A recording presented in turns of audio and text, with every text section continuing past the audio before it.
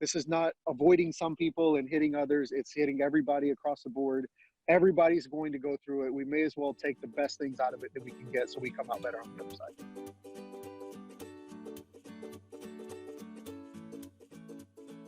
It's Aaron Lovett, and I am here with Juan Morales. Juan, tell us about yourself and your business. This is fascinating to me because we met in a coffee shop, and I had never heard of this before, and you just blew my mind when you told me about it. So go ahead. Well, my name is Juan. Obviously, you already said that, but I am a field quality operations manager for a company called Trash Butler. We provide a trash valet service for multifamily communities. Like apartment communities, what is the word I'm looking for? Nursing communities, assisted living, those types of places. So if any of your listeners out there have they lived in an apartment and they set their trash outside their door, our guys are the ones typically that are making that disappear, so you don't have to take it to the compactor. Oh, I love it. That's awesome. Yeah. So they can set the trash outside their house or outside their door, and then somebody is going to come along, pick it up, take it down to the dumpster for them. Yep. Very good. And then it's solving an awesome problem. Go ahead. I said it's solving an awesome problem. We're actually providing a cleaner process from door to dumpster. So, there's no leaky messes going from the door all the way to the dumpster, not having to go out in the middle of the night, and worry about having to take your trash out in the dark, not having to set it on your car and drive it to the compactor because it's on the other side of the community. Our guys take care of that for you. Oh, that's so very cool. So is this just the Nashville area, or this is actually, I think it's across the state? Yeah, it's nationwide. Yeah, we have communities all across the country. I actually manage quite a few different states right now, and we have them everywhere. I mean, we're a pretty good sized company, probably one of the second leading in the industry right now. Okay, that's awesome. Now, I know that as we were talking in the last few months, you guys have seen some growth. I think you've taken on some addition, absorbed some of your competition. Is that right? Yeah, it's a lot of, we have taken on some corporate partnerships with some other companies, with some larger management companies. Sorry, I may have lost your video there. And so, yeah, some of these communities, these companies that we're working for, they manage, several hundred communities all across the country. So that we've been slowly kind of integrating them into our new system and launching quite a number of new communities over the past, just in this first quarter. Okay, that's awesome. Yeah. Now, have things changed in the last few weeks with this coronavirus situation for you? It has. I kind of have been telling people it's kind of like a two-edged sword. On the one hand, there's a lot of fear, there's a lot of anxiety for people all around the country, from the management groups, the managers who work at these communities, from our team, from our butlers, what we call our team members butlers. We're Trash Butler. It's really kind of ramped up, just a fear, a level of anxiety, and it's a weird one. On the one hand, we have some of our team members who are a little more concerned and may not want to continue providing the service for the community they've been working at, just out of the fear that, hey, what if I contract this thing? What if I come down with it? What if I'm putting my family at risk by being out here providing this service? And on the other hand, it's opened up a tremendous opportunity, because a lot of people, really great people who would normally not consider working in this type of an industry, have been laid off from work, and it's not a great thing for them. But we are able to kind of absorb some of those people and actually give them work and actually help them kind of sustain themselves while their jobs are kind of on furloughs or layoffs or whatever's going on. So it is kind of a balancing act right now, for sure. Okay.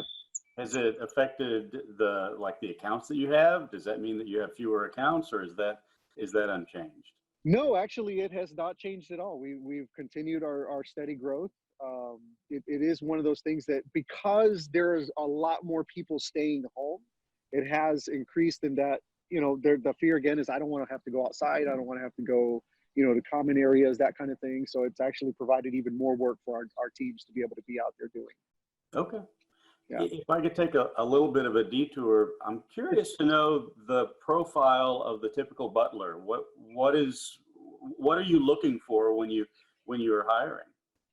Well, for me, I always kind of joke around and say, this is not a skill thing. We're not always looking. It doesn't take a tremendous amount of skill to do what we do. It's a very simple layout. It can be labor intensive, but the thing that I'm always looking for, I'm looking for attitude. I'm looking for people with the right attitude that are working for something. And so some of the greatest people I love working with are husband and wife teams who maybe they have, between the two of them, they each have jobs and they're working, to pay their rent, or they're just really struggling to make ends meet. This provides a phenomenal extra income, an extra boost to their financial future. It's actually how my wife and I originally found it. I was selling surveillance cameras and doing installations. I had a couple of months where I couldn't sell anything to save my life. I actually had this big F-250 that I was driving, burning gas everywhere I went, trying to make ends meet. And I actually found Trash Butler by looking for something that I could do with my truck to make extra income to help my family out. And so I actually ended up finding finding two communities. And I stuck with it for almost 4 years as the guy on the ground doing the service. So there's a lot of great people that work for us. Small business owners are great, especially if they're in the early stages of their business, trying to get it off the ground. That if any small business owner knows that it is a challenge to build your finances in those early stages, because you have to live off of the money that you're making. So you're not always able to reinvest it. So this actually allows you to have some stability so that you can continue to build your business and actually put money back into the business to ensure that you're actually able to grow. Okay. We have a lot of doctors, nurses sometimes that come to work for us. Again, it's one of those things that 90% of Americans, they say, are living paycheck to paycheck. That's everybody. That's across the board. There's no prejudices there. There's no, they work in, such and such industry, so they would probably never consider it. No, everybody is struggling sometimes to make ends meet. And this really provides a good avenue. It doesn't take a tremendous amount of your time to do what we do. We work primarily just a couple of hours at night, and it fits really well in with your schedule. So it doesn't take your life away, but it does pay you well enough to actually make it worth your while. Okay. Yeah, you're right. The paycheck to paycheck, there are doctors working paycheck to paycheck. Absolutely. It's not very high income people working paycheck to paycheck. Yeah. A lot of small businesses too. There's just a lot of small businesses I find, especially that's one of my bigger concerns right now with everything that's going on, and just kind of looking at our economy and where it's headed, is that a lot of these smaller businesses, they're actually, they were also working paycheck to paycheck. Some of them wondering, how am I going to make payroll this week? And now a lot of their businesses have been cut. So again, it's one of those things that all the way around, it's an uncertain time. But like I said, we've been blessed to be able to provide work for a lot of those folks who, otherwise wouldn't have anything else. Okay. Is that a 7-day-a-week, 2 hours a night job, or what does it look like? Depends. I have most of my communities are Sunday through Thursday from 8 to 10 p.m. Typically are our hours. We have some communities that are 7 days a week. Primarily, everything we do is going to be between those 8 and 10 hours. Okay. And as long as we're talking about it, can you give us a range of what a person would make working for you? Well, it depends on the size and the scope of the community. Obviously, I have some that are super easy. They're nice indoor communities where you're pushing a cart, you have elevators you can ride down. And I have some that are a little more labor intensive where you're running up and down multiple flights of stairs. Those are great for your fitness enthusiasts who just love to be active. I meet some people that are just like, oh, I'm just so excited to be moving. Those guys, they do phenomenal with those types of communities because they get a great workout. And or some people who are looking to maybe drop a few pounds, they will do it doing this job. I promise. Awesome. And salaries can range. So we pay on a monthly basis. So if we factor it, if you just look at the 8 to 10 time frame over the course of a month, the working days, people work for us on average anywhere from 35 to 40 hours a month. Their take home is typically anywhere from $700 to $1,500 a month for that little bit extra time in their evening to go. So I always try to liken it to, hey, if you go to the gym, typically if you're getting a good workout in, you're taking at least an hour, sometimes an hour and a half at the gym. Hey, stop paying the membership, go pick up some trash and make some money and get yourself in shape. Nice. Okay, that's very, very cool. So I've got, well, first, is there anything else that you'd like to tell the viewers about Trash Butler, about yourself, or about what's going on with you right now? Not particularly. I am kind of taking this time right now. I mean, it's one of those things that for us as an industry, it's pretty busy right now. There's just everything's changing on a daily basis. Just trying to keep up with everything, how quickly things are changing with the COVID. I do know for a lot of people, you're at home, you're spending a lot more time with your families, you're spending a lot more time. There's a lot of great things that are coming out of this that I'm just watching and kind of in awe. Like there's families that are connecting in ways that they never had. There's a lot more families that are cooking and eating at the table, which is almost virtually unheard of these days. They're playing more board games, they're going on walks, they're riding bikes. Those are things that, I often heard a lot that people always make the comment that if I just had more time, I would spend more time doing this. If I had more time, well, hey, right now you've got a lot of time on your hands for a lot of people. So take this time to come out better on the other side. It's just an encouragement I would say is, read a book, listen to podcasts, listen to Aaron Lovett. He's an awesome guy. Spend time with your family, your loved ones, and really try to get the best out of it. I know there's a lot of downside to it, but there are a lot of positive upswings to it as well. So try to see those and capitalize on those, because here's the one thing, you're going to go through it anyway. Yeah. Right? So you're going to go through it anyway. It doesn't like, this is not avoiding some people and hitting others. It's hitting everybody across the board. Everybody's going to go through it. We may as well take the best things out of it that we can get so we come out better on the other side. I love it. That is exactly the right way to look at it. You're going to have to go through it anyway, so shape your attitude to deal with it in the best way that you can, with Right. a positive outlook. Yeah. I've got a few questions for you. I know I didn't tell you about these. Sorry about that. Just to kind of round things out so that we can get to know you a little bit better.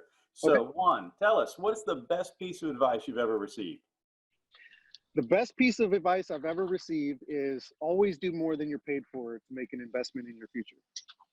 And I didn't receive that personally. I heard it. I was about 25 years old. Was one of those guys that typically bounced around from job to job. Kind of tended to have that mentality of, if somebody asks you to do more work than necessarily maybe you thought you should be doing, or that kind of, it's not my job mentality. It's always like that. Okay, well, what am I going to get for doing that? And so what that actually did for me is it changed my perspective around this thinking that everything had to have a value attached to it. The value comes from what you bring to the table. And that was probably the most valuable thing I could have learned at 25 years old was, hey, always do more than you're paid for to make an investment in your future. The goal is to make the investment in your future. There's a lot of things you're going to have to learn to do that. There's a lot of things that you may have to do. You're not always going to be compensated for everything that you think you're worth. But if you continue to bring the value will come, the money, all of the other things will come with it. Always seek to be valuable wherever you go. And that doesn't necessarily always mean money. Yeah, no, that's good. That's a much more mature, long-term view of things than Right. than the, hey, it's not in my job description, so I'm not doing it mentality. Right. Yeah, very good. So I met you over at Carpe Cafe in Smyrna. Right. But I don't know the answer to this question. I don't think I've ever asked you. Where do you guys hang out? Where's your favorite or your family's favorite place to hang out around here? In the woods, really, anywhere. We are big on trying to go out on walk. My wife loves to walk. So, for her love language is quality time, and for her walking is a tremendous activity towards quality time. So, any chance we can go, a lot of times in our neighborhood here in the Smyrna area, we'll walk around the neighborhood. If we can, drive out, there's a lot of great natural waterfalls all around the natural area and surrounding areas. So we'll find some of those national parks and we'll just get out there and we'll walk. We'll hike through some of those trails and find those waterfalls. We got a lot of photos of waterfalls that we've been to in the area just since we've been here.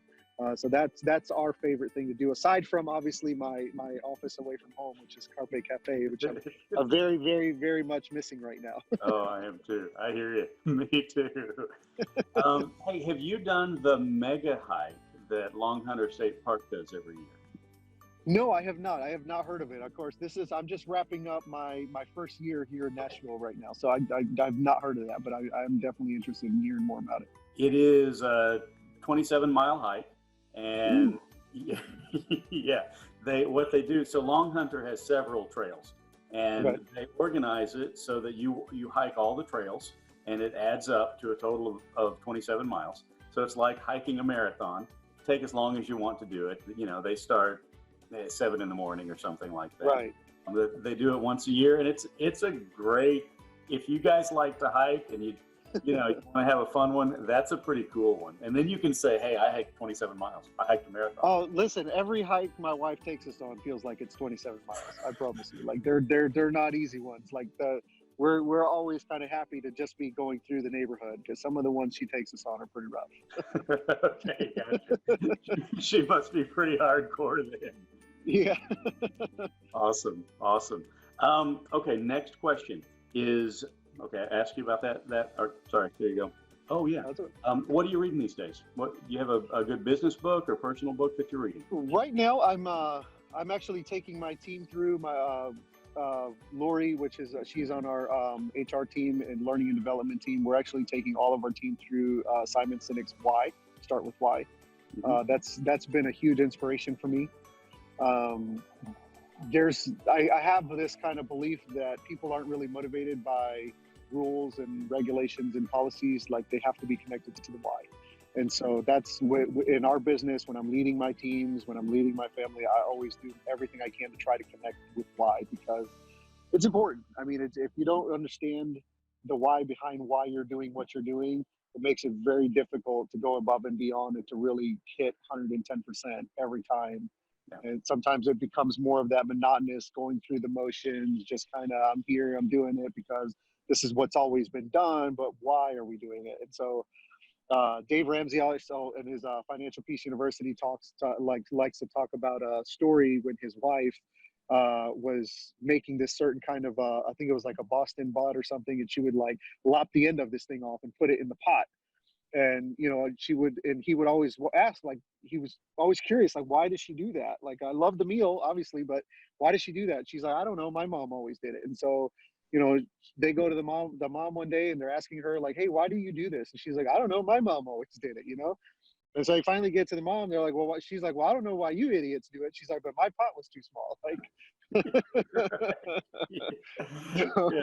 yeah. Sometimes if we don't know the why, we don't understand the why, sometimes we're following rules that maybe don't always apply. And it doesn't allow us to be flexible or to pivot, and especially in times like this, which are super, super important. Yeah, very, very good. Very good. Final question. Do you have a hidden talent, or do you have a talent that you would like to develop? Honestly, I don't know. I think that my desire for speaking is coming a little bit more to the forefront. As I get a little bit older, it's something that has always plagued me as being something that I was super, super afraid of doing.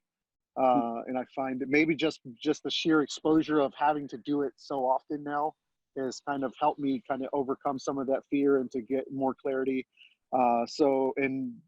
Trying to be prepared. That's another big thing, is like, if I walk into it unprepared, obviously I'm going to be nervous for good reason. Yeah. But kind of being prepared and really kind of taking the time to learn everything I can about a specific subject. So you have a lot of thought leaders in certain industries that make the comment that, hey, it takes 10,000 hours of doing something to become an expert at it. And I think that some of the experts in some of these fields, they're so comfortable, they look so natural when they're speaking, because they're aware of themselves, they're aware of what they're talking about, they know it inside, outside, backwards. And then again, I like to labor with trying to find ways to explain things where people will really understand it. Mm-hmm. So that's what I have been dedicating myself to a lot these days. Okay, that's awesome. Well, clearly you've learned a lot, and you've got a lot to say, right? And so then it really is a matter of, those people that look smooth, those people that are really able to communicate well. Many of them have spent decades learning and doing what they're doing. Absolutely. Right. And That's thousands and tens of thousands of hours practice. right. And so, you know, what's funny is I actually like to, if I come across a comedian that I really enjoy or singer that I really enjoy, I always like to go back to like the earliest stuff that they've ever released. And it's the same information, maybe the same exact song and maybe the same exact joke, but it does not sound the same when they started as it does now. Over time, they've cultivated the skill of timing and the, you know, the tone of voice, and they've changed it and they've modified it. And now we hear it and we laugh at it, and it looks so natural. And it's funny, my wife and I were watching a movie, I believe it's called Greater. It's about a football guy from Kansas, the Kansas City Razorbacks that went on. He died right before he got signed on to the NFL. It was a story about his life. And I remembered that when he was getting signed to I believe it was the Indianapolis Colts, his coach was telling them he was going to be a starter, and he just kind of laughed. And the guy's like, "Is there something funny about that?" He's like, "No, it's just so funny. Like, all my life, I have had to struggle and fight to be here and to show that I'm worthy and to prove that I have what it takes. And I've had to work really hard. It's so nice for it to finally come easy." And he's like, no, it didn't come easy. All of that stuff, all of those struggles, all of that fight, everything that you went through, all those times that you had to struggle to get to where you are now, that's what led you to this moment where now you get to enjoy all the fruits of your labor from that time. Yeah, that's it. So, every success it's usually built on a pile of failures, for one thing. right. A pile of effort. And it's not a trajectory that is, you know, just exponentially up like that, but it's up and down, but we keep learning and making progress, and eventually we figured some stuff out, and that's good. Yeah, my favorite one-liner is it's an overnight success story that's been 30 years in the making. yeah, that's right. Right, exactly. Well, do you have anything else that you'd like to share? Not at all. Just like I said, I just go back to encouraging everybody. Like, hey, let's come out stronger on the other side of this thing. Like, we're all going to go through it anyway. Take the time with your family. Take the time to learn something new. Stretch yourself, and enjoy the time. We're going to come out stronger on the other side, for sure. Very good. And then for anybody that would like to get in touch with you about a job or your next speaking gig, yeah. What should I put down there or up there? You can send me an email at juan.morales@trashbutler.com. Okay. Very good. Very good. Juan, thank you so much for taking the time with us. Hey, thank you for the opportunity, Aaron. I really appreciate it. All right.